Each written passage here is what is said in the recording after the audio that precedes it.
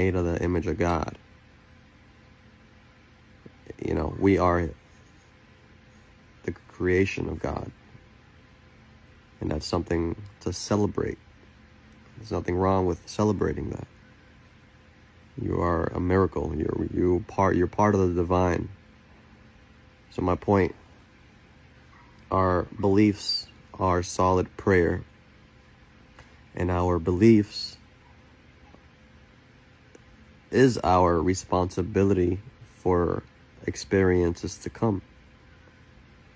So when you just see yourself as a flesh and puppet, Mr. Bob working at Home Depot, you're only going to attract experiences that mirror your limiting self-image. Because your beliefs are very magnetic. Your consciousness or your mind is very magnetic to our